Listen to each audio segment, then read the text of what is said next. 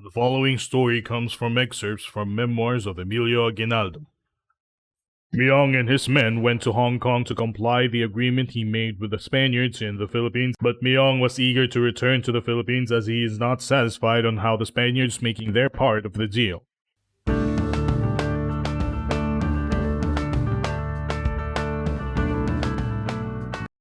It is not to say, though, that Myong and his government were faultless, as they too did not completely adhere to the requirements of their pact with the Spaniards. At the same time, the war between the U.S. and Spain has begun, and the conflict reached the Philippines soon enough. The Americans, knowing of Myong's presence in Hong Kong, reached out to him to make an alliance against Spain. They informed him that the U.S. wants Myong and his men to continue their revolution in the Philippines and promises that the U.S. will provide support to Myong's cause. But Myong is rather suspicious of the Americans' intent. He told the American commander, "Why would you help us?" "Just because," replied the American. While still rather unconvinced, Myong considered this option that the U.S. is offering. While in Hong Kong, Myong commissioned Filipino expatriates to sew the Philippine flag. The design of the flag was a tricolor featuring red and blue with a white triangle framing 3 yellow stars and an anthropomorphic 8-rayed sun. Troubles from the Spaniards followed him in Hong Kong. A Filipino whom Myong believed to be a spy for the Spaniards was asking Myong for payments for his services for the new government in the Philippines. Myong now has to plan his return to the Philippines as soon as possible. Myong and his men had to silently leave Hong Kong for Singapore. In Singapore, a U.S. consul contacted Myong and reiterated that they want him to continue his revolution, and they will recognize the Philippines' independence and support them in their battles back in the Philippines. But Myong remained skeptical. He asked the Americans, "What benefit will you get from all this? And what about my request to put all this in writing?" The consul said, "No need to worry about putting this in writing.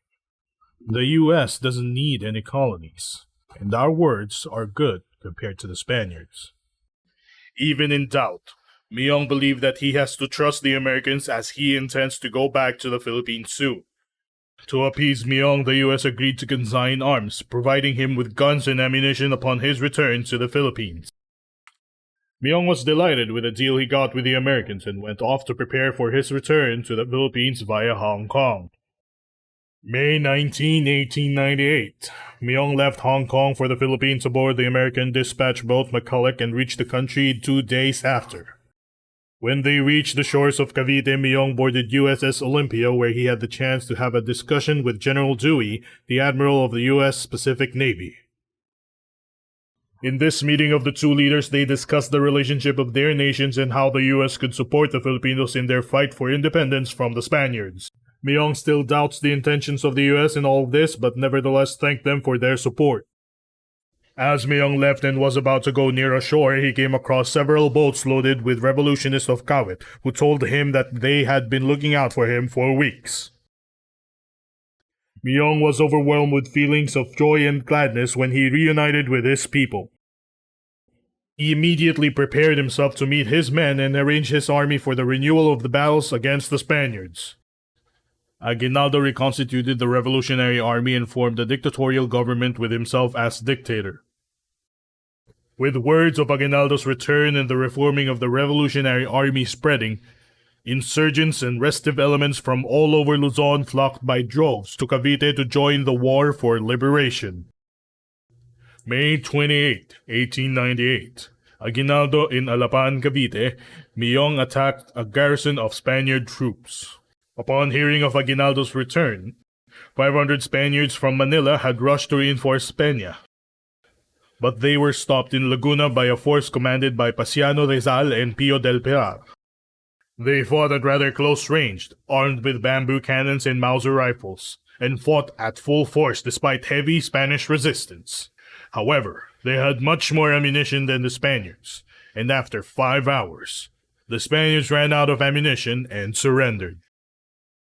After the battle, Aguinaldo marched to Cavite together with some Spanish captives and unfurled what was to become the Philippine national flag.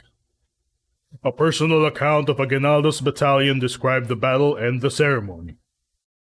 Upon winning, Myong hoisted our national flag in the presence of a great crowd, who greeted it with tremendous applause and loud, spontaneous, and prolonged cheer for independence.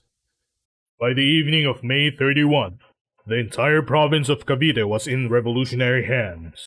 Over the next few months, revolutionary forces would solidify their control of areas outside of Manila, which was under Spanish control. The Americans took control of Manila and made their own deal with the Spaniards in taking over the Philippines. The new fight for Myong against the new colonizer now looms. Join us next time as we discuss the new war Myong will face against the US and their second fight for independence.